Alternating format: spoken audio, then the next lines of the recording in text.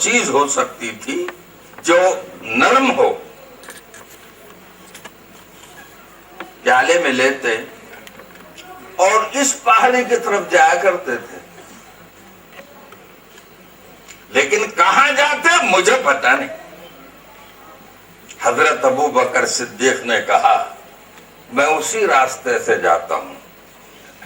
آپ نے کچھ کھانا پکایا نرم اور اس کو ہاتھ میں لیا اور اس راستے سے چلے، بہت دور تک چلے گئے۔ آگے کچھ آواز آ رہی ہے ایسی جیسے کوئی تکلیف میں مبتلا ہو، کوئی پریشانی میں مبتلا ہو۔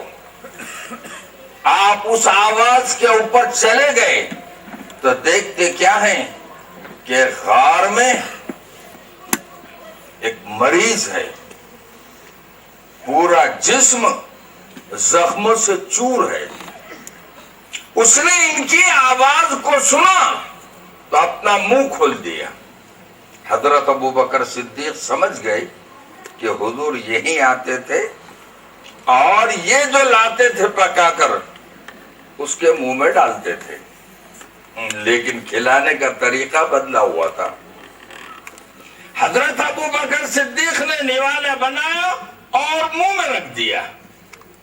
منہ کھلا تھا نا، اس نے بہت زور سے چیخ ماری۔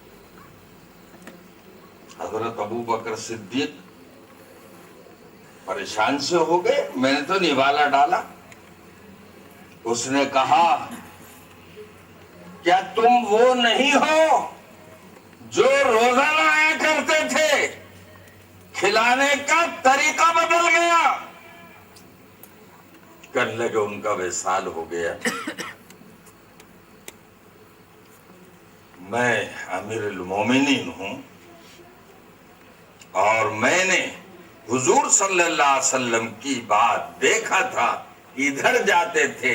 حضرت عائشہ نے فرمایا میں وہ کھانا لے کر تمہارے واسطے آیا۔ کہنے لگے ہاں اسی لیے کھانے کا طریقہ بدل گیا۔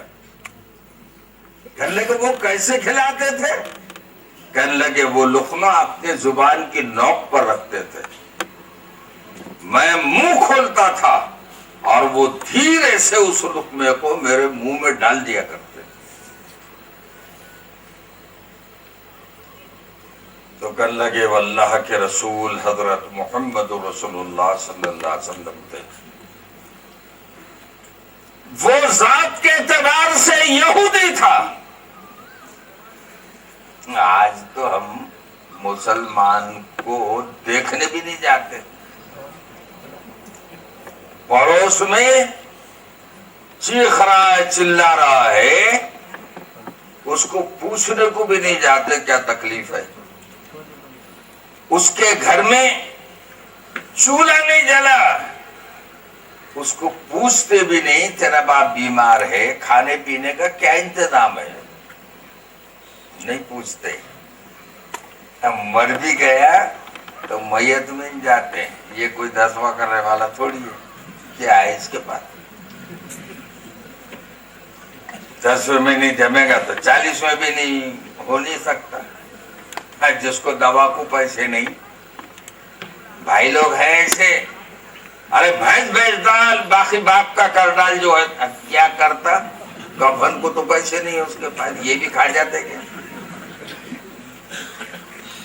ہم مریض کو دیکھنے نہیں جاتے، اور ہمارے نبی صلی اللہ علیہ وسلم نے بندہ ہے اللہ کا، تکلیف میں ہے، مصیبت میں ہے، پریشانی میں ہے، اللہ کے نبی اپنی زبان پر لقمہ رکھ کر اس کے منہ میں چھوڑتے تھے۔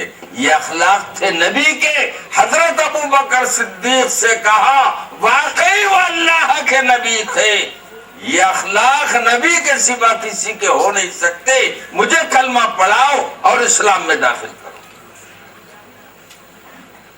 یہ حضور کا عمل یہودی کے ساتھ، جیسا بھی آپ نے سنا ان کے بارے میں، لیکن ہمارا عمل اپنوں کے ساتھ کیا ہے؟ اللہ کے نبی صلی اللہ علیہ وسلم نے فرمایا عام لوگوں کے لیے خیر الناس ینفع الناس، بہترین لوگ وہ ہیں جو لوگوں کو نفع پہنچاتے ہیں. کیا پہنچاتے ہیں؟ تم بھی بولو، کچھ بولنے کی عادت ڈالو، یہ چپ مت رہا کرو. لوگ نفع پہنچاتے ہیں. آج ہماری زندگی پر ذرا غور کریں تو سچے نفع پہنچاتے ہیں، وہ بھی لوگوں کو. ارے جب اپنوں کو اتنی نفع پہنچا رہے تو لوگوں کو کہاں سے پہنچائیں گے؟ حضور اکرم صلی اللہ علیہ وسلم نے فرمایا یہ تمہاری زندگی یا تو آخرت بنا دے گی یا آخرت تباہ کر دے گی. ایک بات ہمارا نوجوان طبقہ بھی یہاں پر ہے. اللہ تبارک و تعالیٰ نے قرآن پاک میں لا تعبدوا الا ایاہ وبالوالدین احسانا، اپنی بندگی کے ساتھ والدین کے ساتھ حسن سلوک کو جوڑا ہے. اللہ کے سوا کسی کی عبادت نہ کرو اور اپنے والدین کے ساتھ حسن سلوک کرو. آج محترم بزرگ اور دوستو، کتنے لوگ ہمارے پاس آتے ہیں کائے کے واسطے، مولانا پانی بھی تو دے دے. کائے کو پانی دے دو، کیا ہوا کیا؟ مت دھاگا بھی تو دے دو، ہوا کیا؟ اوٹا مان نہیں رہے، اوٹا مان نہیں رہے. وہ ہوا کیا؟ شادی سے پہلے اچھا تھا بولے ہو، اور 2 جمعے نہیں ہوئے، جمعے چلتے نا اپنے، وہ گیا رہنے کو. معلوم ایسا ہوتا ہے کچھ کھلا دیا گیا.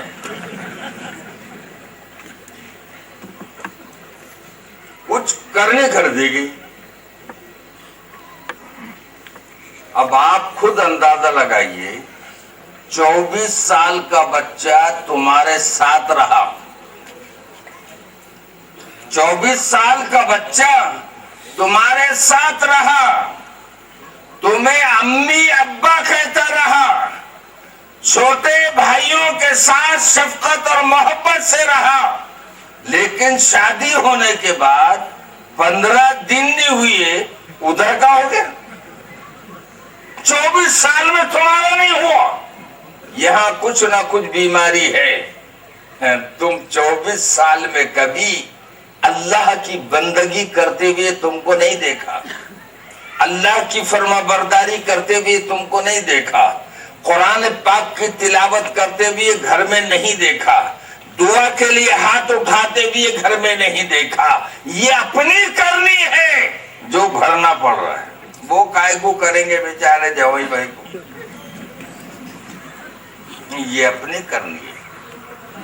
اگر اس کی تعلیم ہوتی اور تربیت ہوتی اور اچھے ماحول میں رہتا تو والدین کے حق کو جانتا کہ بیٹا والدین کو محبت کی نظر سے دیکھنا حج اور عمرے کا ثواب رکھتا ہے. بیٹا ماں کے قدموں کے نیچے جنت ہے اور باپ جنت کا دروازہ ہے. والدین کی نافرمانی نہ کرنا، یہ ایسے قطب اور ابدال مقام رکھتے ہیں کہ اگر دعا کے لیے ہاتھ اٹھا دے تو ان کی دعا عرش کو جا کے ٹکرائے. اس ماحول میں نہیں رہا. حضور صلی اللہ علیہ وسلم نے ارشاد فرمایا 2 چیزیں براہ راست عرش کو جا کے ٹکراتی ہیں، ایک ہے کلمہ طیبہ، دوسرے والدین کی دعا. اگر اس کو معلوم ہو جاتا تعلیم و تربیت کے ذریعے سے کہ ماں کے قدموں میں اگر جنت ہے اور باپ جنت کا دروازہ ہے تو آپ کی فرما برداری کرتا، ہماری فرما برداری کرتا، اکرام کرتا، احترام کرتا. اور اس کو یہ معلوم ہو جاتا کہ بیٹا ہر گناہ وہاں کی سزا مرنے کے بعد ہے، لیکن جو والدین کی نافرمانی کرتا ہے خدا دنیا ہی میں اس کو سزا دیتا ہے۔ لیکن ہوا کیا، 24 سال 25 سال ساتھ میں رہنے کے بعد 15 دن میں والدین کا مخالف ہو گیا۔ اب دھاگے سے سچی اچھا ہوتا ہے؟ ارے پورا قرآن بھی لٹکا دیے اس کے گلے میں، وہ کوئی ٹھیک ہونے والا نہیں ہے۔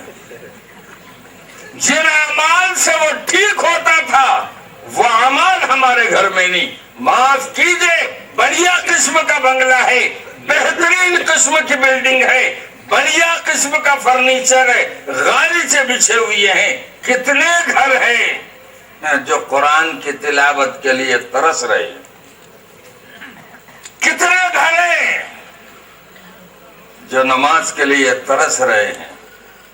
اس گھر کے اندر کوئی دعا کے لیے ہاتھ اٹھانے والا نہیں۔ اگر میں آپ سے یہ کہوں کہ کتنے گھروں کے قرآن مسجد میں لا کر لوگوں نے دے دیے،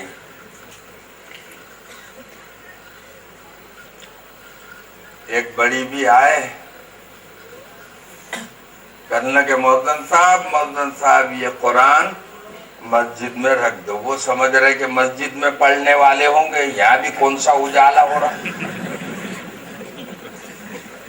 ہر مرنے والے کے 30 پاروں کی پیٹی آ رہی ہے، 1 2 3 پیٹے پر پیٹے مسجد میں رکھے ہوئے ہیں۔ رکھنے کا ثواب ہے کہ پڑھنے کا ثواب ہے؟ رکھے جا رہے ہیں۔ ایک پیٹی کھول کر کوئی تلاوت نہیں کر رہا، تلاوت نہیں کر رہا، ثواب کہاں سے ملے گا؟ تو گھر میں کے قرآن جو ہے وہ مسجد میں لا کے رکھ رہے۔ اب مسجد صاحب پوچھتے کہ خالہ یہ قرآن گھر میں پڑھنے کا ہے، یہاں بھی تو کوئی پڑھنے والا نہیں ہے۔ نہیں بیٹا، یہ اس واسطے میں قرآن لا کر رکھ رہی ہوں، اس کی گھر میں بے ادبی ہو رہی ہے، مجھے اس کی بے ادبی جو ہے بہت ستا رہی ہے، میں بہت پریشان ہوں۔ ارے بے ادبی کیسے کرے گا مسلمان؟ قرآن کی بے ادبی؟ جی کہنے لگے وہ ٹی وی کا جو کیس رہتا نا اس کے اوپر رکھا ہوا تھا۔ کتنی دینی کتابیں وہ ٹی وی کے کیس پر ہی رکھی جاتی، یہاں اچھی رہتی ہے، نیچے سے عذاب اور اوپر سے ثواب۔ کتنے قرآن جو ہے گھروں کے مسجدوں میں بھیجے جا رہے ہیں، گھروں میں قرآن کی تلاوت نہیں ہو رہی۔ دوسری بات میں آپ کو اور بتاؤں، یہ تو اشاعت القرآن کا مدرسہ آپ کے اس شہر کے اندر یوں سمجھ لیجئے، لیکن ہم کو اپنے بچوں کا کلمہ بھی صحیح یاد نہیں ہے، اس کی بھی فکر نہیں۔ بچے کو قرآن پڑھنے کے لیے مکتب میں بھیجنے کی فکر نہیں ہے۔ جو بچہ مکتب میں جا کر قرآن سیکھ کر، کچھ مسائل سیکھ کر، نمازیں سیکھ کر، کم سے کم اتنا تو ہو جاتا کہ وہ جائز ناجائز، حرام و حلال کی پہچان کر لے۔ شرک کیا ہوتا ہے اس کو پہچان ہو جاتی، بدعات کیا ہوتی ہے وہ کبھی یہی نہیں کہتا تھا۔ آج جو مسلمان کہہ رہے نا کر لیے کیا ہوتا، ارے کیا نہیں ہوتا، کر لیے تو کیا ہوتا۔ مثال آپ کو بھی معلوم ہے، مجھے بھی معلوم ہے، مسجد میں جب سورج نکلتا ہوا دکھائی دے اس کا ٹائم مقرر ہوتا ہے، لال لائٹ لگا دیا جاتا ہے کہ بھائی اس وقت نماز نہیں پڑھنا چاہیے۔ اب یہ گھر سے آئے، پہلے تو خوب منہ میں انگلیاں کرے، بعد میں پھر وضو کرے، جیسا بھی کرنا تھا ویسے کرے، اور آ کر ایسا ہاتھ اٹھائے۔ مؤذن صاحب نے کہا ابھی نماز نہیں پڑھنا۔ اچھا، بولے مسجد تمہاری ہے؟ ارے بول لال لائٹ نہیں دکھ رہا کیا؟ سورج نکلنے کا ٹائم ہے، اسی لیے تو بولے ہم لوگ مسجد میں نہیں آتے۔ یہاں دیکھو پڑھو ماں، نہیں پڑھنا، پڑھ لیے کیا ہوتا بولے، پڑھ لیے تو کیا ہوتا؟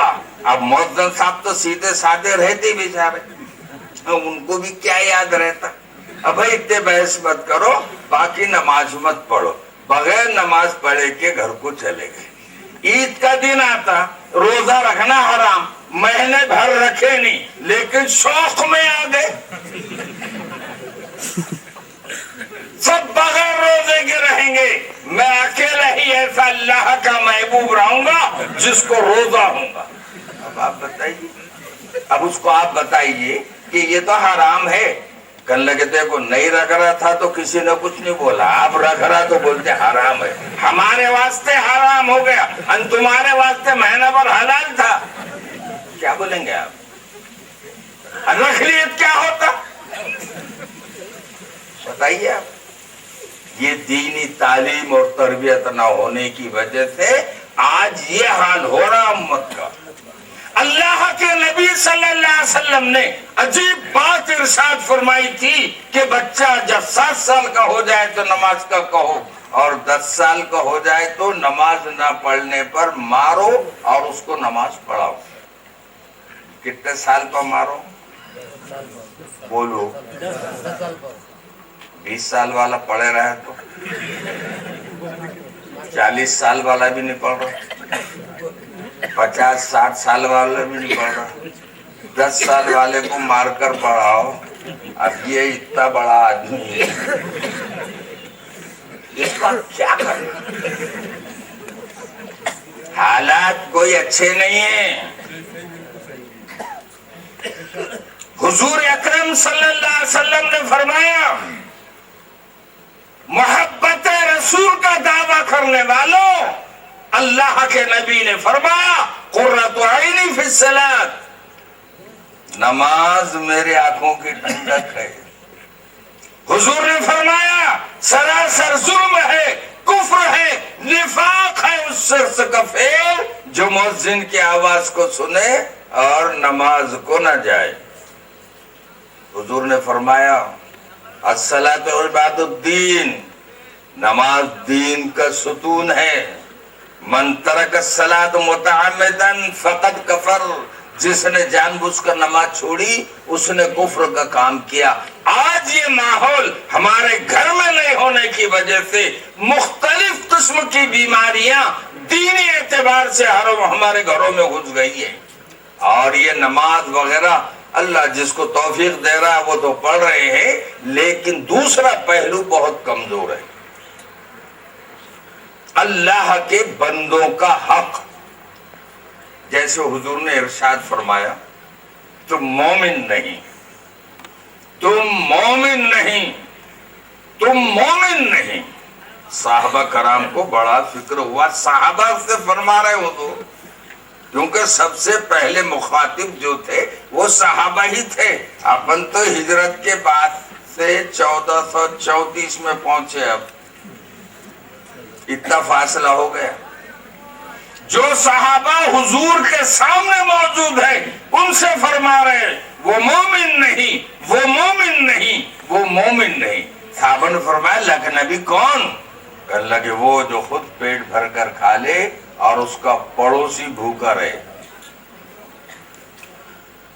پڑوسی کا حق، اور یا تو اتنا ہو رہا ہے اللہ کی پناہ، یہ نہیں کھا کر پریشان، یہ زیادہ کھا کر پریشان، نہیں دیا بھوکے کو، مانگنے والے آ رہے، کھانا پکانے کا ہے بھی، ٹھیک ہے اس کو امید ہو گئی کہ پکنے کے بعد دیں گے۔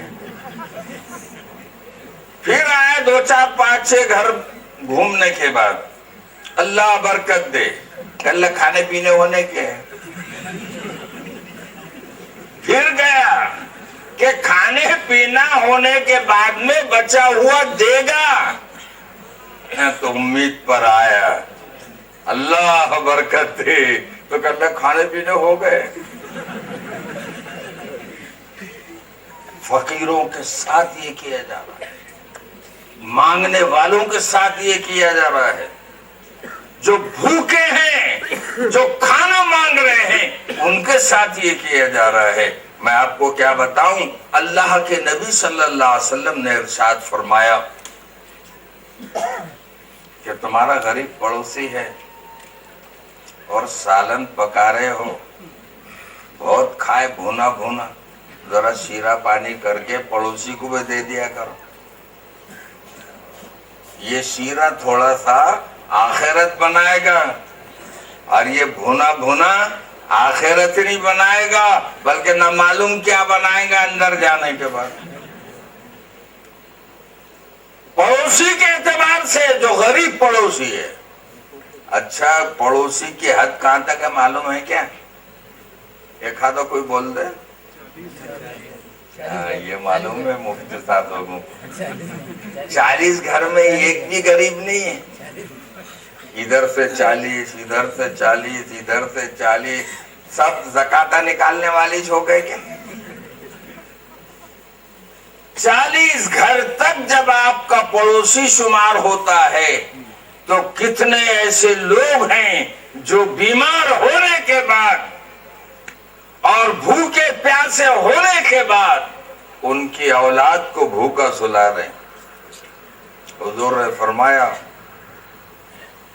عجیب بات ہے, اللہ کے نبی صلی اللہ علیہ وسلم نے ارشاد فرمایا, اگر تم نے پھل لایا ہے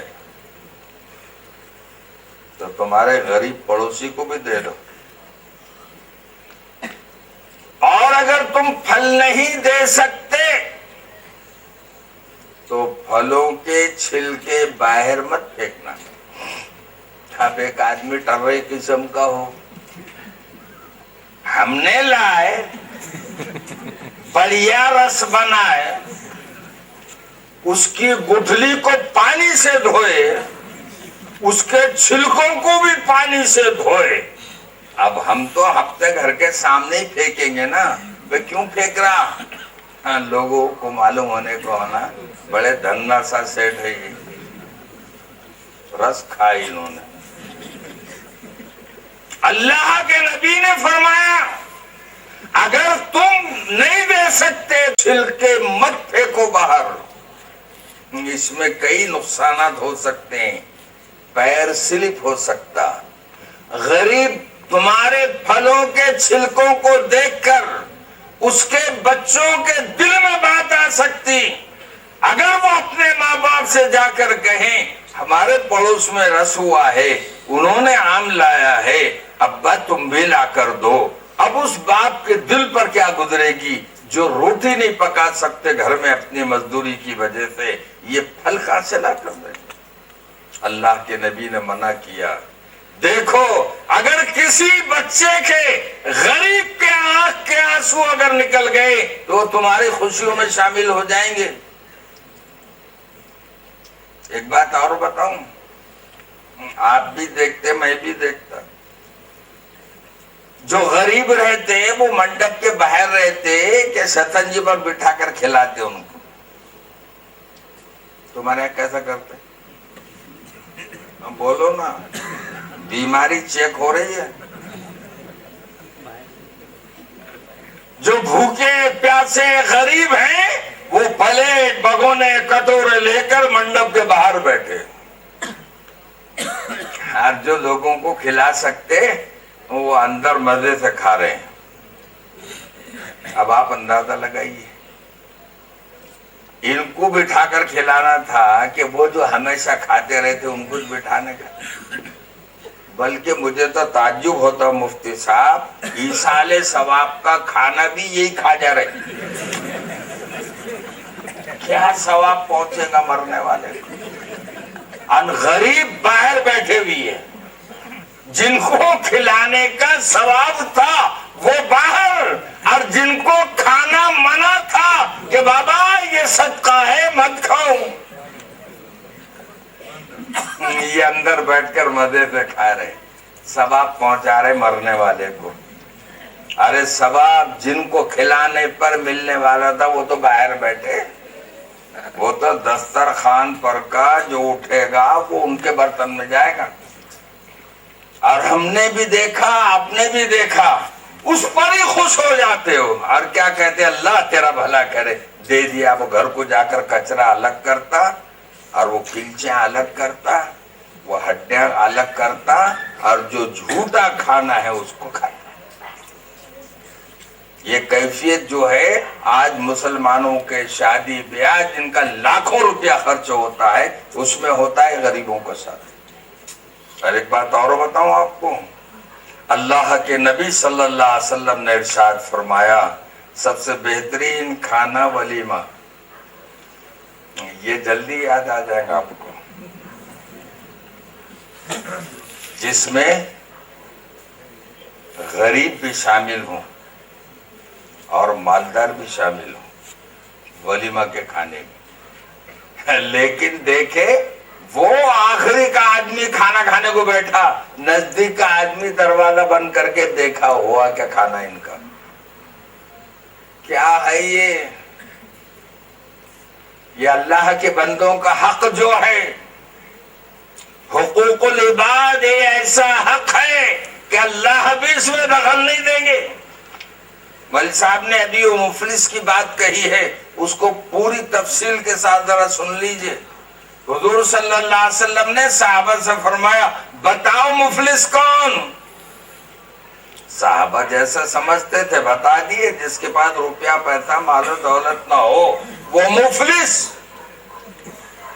تو حضور صلی اللہ علیہ وسلم نے فرمایا میری امت کا مفلس وہ ہوگا جو نماز لے کر آئے گا, روزہ لے کر آئے گا, حج لے کر آئے گا, صدقات و خیرات لے کر آئے گا, نیکیوں کا انبار اس کے پاس ہوگا, لیکن کسی کو گالی دی ہوگی, کسی کی غیبت کی ہوگی, کسی کی چغلی کی ہوگی. یہ سارے اعمال جو ہے حقوق العباد سے ہے,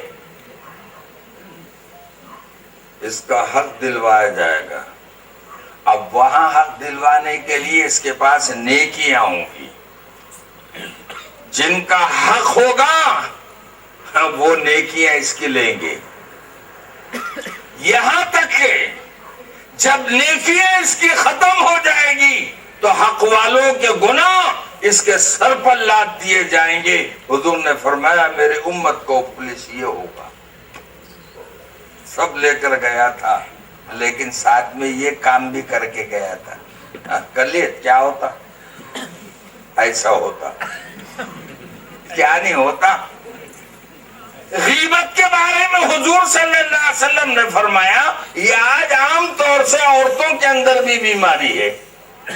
یہ ایسا عمل ہے کہ بتاتے وقت تو بڑا مزہ آتا ہے, ایسا معلوم ہوتا کہ پورا حساب کتاب و بندے کا اللہ نے ان کے پاس دے دیے کہ تو لوگوں سے کہتے پھر بات بھی کیسی, میں تیرے کچھ بول رہا تو کس کو مت بول, جو وہ دوسرے کو بولتا, میں تیرے کچھ بول رہا دوسرے کو مت بول جو. اب آپ بتائیے ایسی سلسلہ وہ پوری بات کا چل جاتا. اگر اس کو معلوم ہو جاتا کہ غیبت کرنے والے کے بارے میں حضور نے یہ ارشاد فرمایا یہ حقوق العباد سے ہے, جب تک جس کی غیبت کی ہے وہ معاف نہ کر دے معاف نہیں ہوگا, بلکہ تیری مقبول نیکیاں اس کے نامہ اعمال میں لکھی جائے گی. ایک بزرگ کا واقعہ مجھے یاد آ گیا, سن لیجیے. اللہ والوں کی باتیں عجیب سی باتیں. اللہ والے اپنے جتنے بیٹھنے والے ہوتے ان کو اچھائی کے راستے کی باتیں بتایا کرتے تھے, ان کی اصلاح کرتے تھے, گناہوں سے معافی وغیرہ مانگا کرتے تھے. لیکن باہر جو ہے رہتے نا جی, یہ حضرت کو برا بھلا بولتے تھے. اب ان کے شاگرد جو ہے ان کو برا لگتا تھا کہ بھی لینا نہیں دینا نہیں, کبھی آتے نہیں, کبھی بیٹھتے نہیں, کبھی طہارت نہیں, کبھی نماز نہیں, کلمہ بھی صحیح یاد نہیں, مگر کایا کرنے کا کام بہت زوردار, بہت خطرناک. اب یہ مرید کو ذرا اچھا نہیں لگا تو اس نے حضرت سے کہہ دیا کہ کہ حضرت فلاں فلاں آدمی آپ کے بارے میں بہت ہی غلط غلط باتیں بولتا ہے، اب آپ اجازت دے تو اس کو سیدھا ہے، بھلے اجازت نہیں دینے کی، تم کو 5 روپے بھیج دیا کرو. اب ہے کہ نہیں تعجب کی بات. وہ غیبت کر رہا ہے، مرید شکایت کر رہا کہ وہ ایسا ایسا بول رہا، تو کل لگے علاج کرنے کا نہیں 5 روپے بھیج دیا کرو. اب یہ حیرت میں ہے. کچھ دن گزرے تو لوگوں نے کہنا شروع کیا، ارے 5 روپے بھی لے رہا اور گالے بھی دے رہا، نہیں بند کر دیں گے نا. بولے بند کر دیا. حضرت کے پاس یہ مرید گیا اور جا کر کہا حضرت اب کچھ بھی نہیں بول رہا ہو. تو کہنے لگے 5 روپے بند کر دو. اب یہ مرید حیرت میں گالیاں دے رہا تھا تو 5 روپے دے رہے تھے، اور اس نے بند کر دیا تو اس کے 5 روپے بند کر دیے تو اور زیادہ نہیں دیں گا کیوں. تو حضرت نے کہا تعجب مت کر، وہ جتنی غیبت کر رہا تھا، میرے پیٹ پیچھے باتیں کر رہا تھا، اس کی مقبول نیکیاں میرے نام اعمال میں منتقل ہو رہی تھی، اور اپن دے رہے تھے کتنے اس کو 5 روپے. اب ادھر سے آنا بند ہو گیا تو ادھر سے بھی جانا بند کر دیا. غیبت جو ہے نیکیوں کو برباد کر دیتی ہے، اور حضور صلی اللہ علیہ وسلم نے تو 2 قبروں کو اپنے آنکھ سے عذاب دیکھا. اور حضور صلی اللہ علیہ وسلم نے صحابہ سے فرمایا یہ دونوں قبروں میں عذاب ہو رہا ہے، ایک کو پیشاب کے چھینٹوں سے نہیں بچتا تھا اور دوسرا غیبت کیا کرتا تھا. اپن کیا سمجھتے، پیشاب کیا اور پیشاب کا قطرہ. اللہ کے رسول صلی اللہ علیہ وسلم نے ارشاد فرمایا الطہور شطر الایمان، پاکی آدھا ایمان ہے. اور کتنے ایسے لوگ میت میں آپ نے بھی دیکھے ہوں گے، میں کوئی نئی بات نہیں بول رہا، اور ہم تو دیکھتے رہتے جب کسی میت میں آدھے سے زیادہ قبر کی طرف اور آدھے سے کم جنازے کی نماز میں. بھئی یہ زیادہ لوگ قبر کی طرف کیوں جا رہے ہیں؟ تو ان کو ایک ہی عذر رہتا، کپڑے برابر نہیں ہیں. یہ عمر میں بھی پیشاب کر رہا تھا. بچہ اگر پیشاب کرے تو ماں بھی ناراض ہو جاتی جب بڑا ہو جاتا ہے تو. اور تو اتنا بڑا، اب کتنا بڑا بولوں.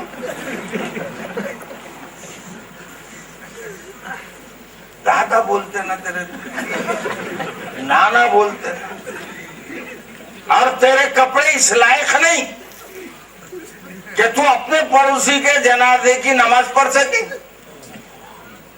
قبر کے پاس جا رہے ہیں، جانے کے بعد وہاں بھی چین سے رہتے کیا؟ خالی قبر کو جھاک جھاک کے دیکھتے. نہیں، قبر تو بہت اچھی ہے. کیا ہے تمہارا فائنل اچھی ہے؟ مطلب یہ ہے کہ قبر اچھی نکلی، اعمال کیسے بھی ہو نا. قبر اچھی نکلی تو مطلب یہ آدمی اچھا تھا، اس کو کوئی ڈر نہیں. تو نے نماز نہیں پڑھا، تیرے کو جنازے کی نماز آتی نہیں، بغیر طہارت کے، اور فائنل کر رہا آخرت کا. نہیں، قبر اچھی ہے. حالات تو عجیب ہے. اچھا جن لوگوں نے نماز پڑھی ہے میں اور اس کو باریک کرتا ہوں، کتنے لوگوں کو جنازے کی نماز یاد ہے؟ ہم خود دیکھے لوگوں کو، آپ نے بھی دیکھا ہوگا، کچھ لوگ پہلی تکبیر میں اوپر اٹھاتے سر اوپر اٹھانے کے ہے کیوں؟ دوسری تکبیر میں تو بھی اوپر اٹھاتے، تیسری تکبیر میں بھی اوپر اٹھاتے، اور چوتھی میں سلام پھیر کر ختم ہوگی نماز. پہلی میں کیا پڑھنا نہیں معلوم، دوسری تکبیر میں کیا پڑھنا نہیں معلوم، تیسری میں کیا پڑھنا نہیں معلوم. یہ سر اوپر نیچے کرنے کا رہتا کیا؟ نماز ہے نا وہ. تو کتنے لوگ نماز تو پڑھتے ہیں لیکن ان کو نہیں پتا پہلی تکبیر میں کیا پڑھنا، دوسری تکبیر میں کیا پڑھنا، تیسری میں تکبیر کیا کرنا. اور میں تو یوں کہوں ماں باپ کی اسٹیج پر قبضہ جما کر بیٹھے ہوئے لوگ، انہوں نے اپنے باپ کے جنازے کی نماز نہیں پڑھی. جس ماں نے گود میں پالا ہے اور اپنا دودھ پلایا ہے، دعائے مغفرت ماں کے لیے نہیں کر سکی. کتنے سال ہو گئے مرنے کو، اب قبر بھی یاد نہیں ہے. کوئی مہمان باہر سے اگر آئے اور ان کی اولاد سے اگر پوچھے کہ میں بہت دن کے بعد آیا ہوں، میں یہ چاہتا ہوں کہ ابا کی قبر پر جاؤں اور کچھ قرآن وغیرہ پڑھ کے ان کے لیے اصالہ ثواب کروں، اس کو پسینہ آ جاتا. مہمان آئے تو اکرامن جا ہی رہا، بس اتنے میں تھی وہ.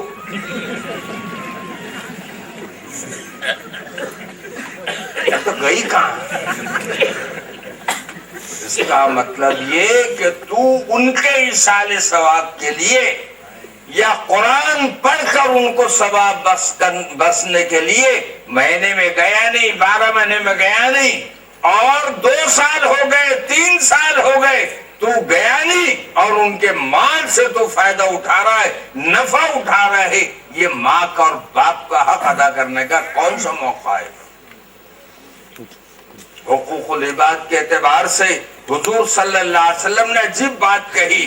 تم اگر بڑے ہو تو چھوٹے سے کہا ان کا اکرام کرو، اگر تم بڑے ہو چھوٹے پر شفقت کرو، ڈانٹ ڈپٹ زیادہ مت کرا کرو.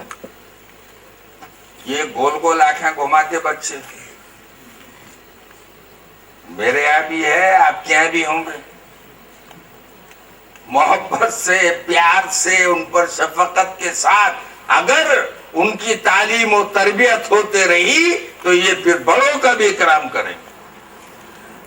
اخلاق کے اعتبار سے حضور صلی اللہ علیہ وسلم نے جو نمونے پیش کیے محترم بزرگ اور دوستوں، وقت 11:30 بج گئے تھے. حضور صلی اللہ علیہ وسلم نے جو اخلاقی نمونہ پیش کیے میرے آپ کے سب کے لیے ایک عبرت ہے. اس میں ایک یہودی حضور صلی اللہ علیہ وسلم نے اس کو مسجد نبوی میں ٹھہرائے. اس وقت مسجد نبوی کھجور کے ستونوں کی بنی ہوئی تھی. کھانا کھلائے اس کو، اس کی خدمت بھی کیے، چادر بچھانے کے لیے دیے یہودی کو. لیکن وہ ایسا کمینہ نکلا، بعد میں اسلام قبول کیا. اس نے مسجد میں پیشاب وغیرہ کر کے چلا گیا. صحابہ کرام بہت غصے میں آ گئے، کر لگے نہیں مجبوری ہے. آپ نے خود اپنی چادر کو اپنے ہاتھ سے دھویا اور وہاں پر پانی بہا کر اس زمین کو پاک کیا. وہ یہودی واپس آیا تو اس نے دیکھا کہ میری جو حرکت تھی وہاں کچھ بھی نظر نہیں آ رہا. حضور صلی اللہ علیہ وسلم کے پاس آ کر عجیب ایک جملہ کہا، یہ اخلاق پیغمبر ہی کے ہو سکتے ہیں، دوسرے کے نہیں ہو سکتے. میں آپ کے ہاتھ پر اسلام قبول کرتا ہوں. حضور صلی اللہ علیہ وسلم نے اپنے دشمنوں کے ساتھ بھی وہ اخلاق کا نمونہ پیش کیا، حالانکہ دشمن تھے. مکہ فتح ہوا سب کو معلوم ہے، اس میں وہ لوگ بھی تھے جنہوں نے حضور پاک صلی اللہ علیہ وسلم کو دیوانہ کہا، مجنون کہا، پتھر مارے. آپ سجدے میں گئے، پیٹھ پر اونٹ کی اوجڑی لا کر رکھ دی، رسی کا پھندا بنا کر حضور کو کھینچا. یہ سب کچھ ہوا. لیکن جب مسلمان فاتحانہ شان سے مکے میں داخل ہوئے، حرم میں جا کر دعائیں مانگی خدا سے، طواف خوب کیا، وہ جو دشمن تھے وہ یہ سمجھے کہ اب مسلمان ہم سے بدلہ لیں گے. رونے کی آوازیں بچوں کی، عورتوں کی، مردوں کی آ رہی ہے. حضور نے فرمایا یہ آوازیں کیسی رونے کی؟ کہنے لگے اللہ کے نبی ہاں یہ وہ لوگ ہیں جنہوں نے آپ کو ستایا، آپ کے صحابہ کو گرم ریت پر لٹایا، اس پر پتھر کی چٹان رکھ دی، آگ پر لٹایا۔ اب ہم لوگ یہاں فاتحہ نشان سے آئے ہیں، اب وہ یہ سمجھ رہے ہیں کہ یہ اب ہم کو سزا دیں گے۔ حضور نے فرمایا ان سب کو بلاؤ۔ دیکھیے حضور کے اخلاق، وہ سب آئے جس میں وحشی نامی شخص بھی تھا، جس نے طے کیا تھا اگر مجھ سے اسلام قبول کرنے کے لیے کہا گیا تو کسی اونچی چٹان پر سے چھلانگ لگا کر اپنے آپ کو ہلاک کر دوں گا، لیکن اسلام قبول نہیں کروں گا۔ یہ سب جمع ہوئی۔ حضور صلی اللہ علیہ وسلم نے صحابہ سے مشورہ کیا، جس میں حضرت عمر رضی اللہ تعالیٰ عنہ ان سب کو دیکھ رہے تھے، اس میں کون کون تھا جس نے صحابہ کو تکلیفیں دی، اللہ کے نبی کو ستایا، پریشان کیا۔ حضور نے حضرت عمر سے کہا عمر ان کے ساتھ کیا کیا جائے؟ کہنے لگے اللہ کے نبی ان کے ساتھ بس الیوم یوم الملحمہ، ان سب کا خون کر دینے کا دن، بہت ستائی۔ حضور اکرم صلی اللہ علیہ وسلم نے ان سے پوچھا بتاؤ تمہارے ساتھ کیا کیا جائے؟ تو وحشی ہی نے کہا ہم آپ کے مہمان ہیں، آپ نے بلایا ہے، جو ایک مہمان کے ساتھ میزبان سلوک کرتا ہے وہی ہمارے ساتھ کیا جائے۔ حضور صلی اللہ علیہ وسلم نے فرمایا میں تمہارے ساتھ وہ سلوک کرتا ہوں جو حضرت یوسف نے اپنے بھائیوں کے ساتھ کیا تھا، انتم الطلقاء، تم سب کے سب آزاد ہو۔ یہ نہیں کہا کہ اسلام قبول کرو تو چھوڑوں گا نہیں تو نہیں چھوڑتا، بلکہ کہا تم سب آزاد ہو۔ یہی وحشی کھڑے ہو کر کہنے لگا یہ اخلاق سوائے نبی کے اور کسی کے نہیں ہو سکتے، میں سب سے پہلے آپ کے ہاتھ پر اسلام قبول کرتا ہوں۔ کتنے ایسے واقعات ہیں۔ ایک بدو تلوار لے کر حضور صلی اللہ علیہ وسلم کے سامنے کھڑا ہو گیا، حضور درخت کے سائے میں آرام فرما رہے تھے، حضور صلی اللہ علیہ وسلم کی آنکھ کھلی، بدو نے ہاتھ میں تلوار لی، بتاؤ اب تمہیں کون بچائے گا؟ تو حضور صلی اللہ علیہ وسلم نے کہا میرا اللہ مجھے بتائے گا۔ اس کے ہاتھ میں کپ کپی آئی، تلوار گری، حضور نے تلوار ہاتھ میں اٹھائی اور کہا بتا اب تجھے کون بچائے گا؟ تو اس نے کہا جس نے آپ کو بچایا وہی مجھے بچائے گا۔ اسی وقت اس نے کلمہ پڑھا۔ محترم بزرگ اور دوستو، اللہ کے بندوں کے ساتھ یہ تو حقوق کی بات ہے، اللہ کے نبی صلی اللہ علیہ وسلم نے جانوروں کا حق ادا کرنے کی بھی تعلیم دی۔ اونٹ وہ بڑبڑاتا ہے حضور کے سامنے، حضور صلی اللہ علیہ وسلم نے اس باغ کے مالک کو بلایا، ایک انصاری آیا اور کہا اے انصاری یہ اونٹ تیری شکایت کرتا ہے، تو کام زیادہ لیتا ہے اور کھانے کو کم دیتا ہے۔ حضور اکرم صلی اللہ علیہ وسلم نے دیکھا کہ ایک جگہ پر آگ لگی ہوئی ہے، صحابہ سے فرمایا یہ آگ کیسی؟ کہ اللہ کے نبی یہ وادی چونٹیوں کی ہے، یہاں بہت چونٹیاں ہیں، اس لیے ہم نے ان کو آگ لگا دی تاکہ وہ جل جائے۔ تو حضور نے فرمایا آگ کا عذاب سوائے خدا کے کوئی نہ دے۔ ایک صحابی نے چڑیا کا بچہ پکڑ لیا اور پکڑنے کے بعد وہ چڑیا منڈلا رہی ہے، تو حضور نے فرمایا اس کا بچہ کس نے پکڑا اور اس کو پریشان کیا؟ تو وہ صحابی نے نکالا، کہنے لگا اللہ کے نبی میں نے پکڑا، تم نے کیوں تکلیف پہنچائی؟ تو جو نبی چڑیا کی تکلیف کو برداشت نہ کرے، چونٹی کی تکلیف کو برداشت نہ کرے، اونٹ کی تکلیف کو برداشت نہ کرے، یہ امت محمدیہ کا ایک ایک فرد اور اتنا قیمتی فرد جس کی عظمت کو بیت اللہ کی عظمت سے زیادہ بتایا، جس کی حرمت کو بیت اللہ کی حرمت سے زیادہ بتایا، اور یہ بھی فرمایا کہ ایک بھی ایسا شخص اس روئے زمین پر باقی رہے جو صرف اللہ اللہ کہتا ہو قیامت نہیں آئے گی. ایک ایک فرض اتنا قیمتی. لیکن آج محترم بزرگوں ہماری تعلیم اور تربیت نہ ہونے کی وجہ سے بہت سے ایسے اعمال ہماری زندگیوں میں داخل ہو گئے ہیں جس کا نکالنا بہت ضروری ہے. رفتہ رفتہ دھیرے دھیرے اللہ کے فضل سے ماحول بنتے چلے جا رہے ہیں. گناہوں کی نفرت دلوں میں آتی جا رہی ہے. نیکیوں کی محبت آدمی کے دل کے اندر پیدا ہوتے چلی جا رہی ہے. انشاءاللہ خدا کی ذات سے امید ہے کہ اچھائی کا ماحول بنے گا. اور جب یہ ساری چیزیں محترم بزرگ اور دوستو ہماری زندگی میں آئے گی تو لوگ ہمارا چہرہ دیکھ کر اسلام قبول کریں گے, ہماری تجارت دیکھ کر اسلام قبول کریں گے, ہماری زراعت دیکھ کر لوگ اسلام قبول کریں گے, ہماری نمازوں کو دیکھ کر لوگ اسلام قبول کریں گے. جیسا صحابہ کا اور جتنے بزرگان دین اولیاء کرام کے قصے آپ حضرات سنتے رہتے ہیں, اس کا تعلق صرف اعمال سے ہے, اپنی زندگیوں سے ہے. اس لیے محترم بزرگ اور دوستو وقت بھی ہو گیا. آپ حضرات سے صرف اتنی ہی گزارش کی جا سکتی ہے, اپنی زندگی کے غلط رخ کو صحیح رخ پر لانے کی کوشش کرو.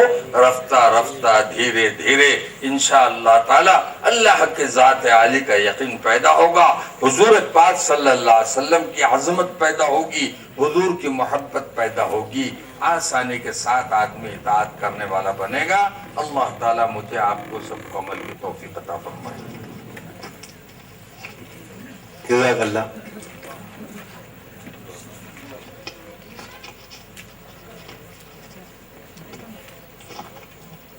محترم حضرات السلام علیکم ورحمۃ اللہ وبرکاتہ. عزیزان محترم, مولانا نے ہمارے کرتوت بیان کیے, قرآن اور حدیث بیان کیے, ہم کیا کر رہے ہیں, کیا کرنا چاہیے. ایسی باتیں سن کر ہمیں رونا آنا چاہیے تو ہم دانت نکالتے. میرے کو بڑی تکلیف ہوتی اس سے. کوئی گاروڑی تو نہیں تھے, یہ کوئی سانپ کے قصے تو نہیں سنا رہے تھے. ہم کو کیا ہونا چاہیے اور ہم کیا ہیں. تو علم والے بھی دانت نکال رہے تھے اور بغیر علم والے بھی. حالانکہ ہماری آنکھ سے آنسو گرنا چاہیے تھا کہ ہم کیا تھے اور ہم کیا ہو گئے. ہم کو دیکھ کر لوگ ہم تہذیب سکھانے آئے تھے, ہم ہی بدتمیز ہو گئے. اور ایسی باتیں عبرت کی سننے کے بعد, اب مجھے بڑے لوگ بیٹھے ہیں, میں چھوٹا آدمی ہوں. اللہ کے نبی صلی اللہ علیہ وسلم فرماتے ہیں کہ تم وہ دیکھ لو جو میں دیکھتا ہوں تو تمہیں کبھی ہنسی نہ آئے. مولانا نے کہا ہم قبرستان میں بھی مذاق کرتے ہیں, وہ عبرت کا مقام ہے کہ کل مجھے بھی یہاں آنا ہے, لیکن وہاں ہمارا حال یہ ہے کہ تم کب آتے, ان کے حق میں ہے کہ آنا اور جانا. ہم دانت نکالتے. بولو کیا ہو گیا ہمارے کو. صحابہ کرام روتے تھے, یہ ساری باتیں سن کر ان کی آنکھوں سے آنسو گرتے تھے, ہمارے دانت نکلتے ہیں. یہ روش کو بدل دو میرے دوست. عبرت لو کہ ہم کو کیا ہونا چاہیے تھا اور ہم کیا ہیں, اور سمجھانے والے ہم کو سمجھا رہے, ہم دانت نکالتے. مذاق ہے یہ. قرآن حدیث کی باتیں ہیں. ہم کو ایک دن مرنا ہے, قبر میں جانا ہے, اپنے کیے کا حساب دینا ہے. جو کچھ انہوں نے بیان, سارے کرتب ہمارے اندر ہیں, ساری برائیاں ہیں. اس کے بعد ہم کو ہنسی آتی ہے, آنسو نہیں گرتے آنکھ سے. ارے وہ آنسو تو ہمارے لیے قیمتی ہو جاتے تھے. اور کچھ کریں یا نہ کریں, لیکن کم از کم وہ کہ میرے بندوں کو احساس تو ہے, برائی کا احساس تو ہے. ان کی آنکھ سے آنسو تو گر رہے ہیں, دانت نکال رہے ہیں. اللہ ہمیں توفیق دے کہ ہم کچھ سیکھیں, اور یہ جو حرکتیں ہماری یہ نہیں ہونا چاہیے. السلام علیکم.